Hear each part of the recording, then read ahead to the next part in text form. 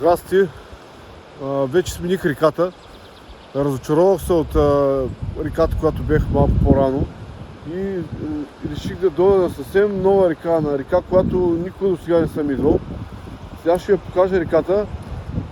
Изглежда много добре. Такава река не сте виждали. Няма кой да ви я покаже. Сега ще видите за първи път. То и аз се виждам за първи път.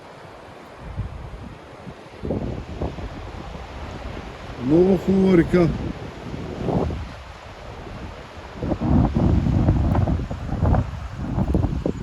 Само че съм с неподходящ автомобил.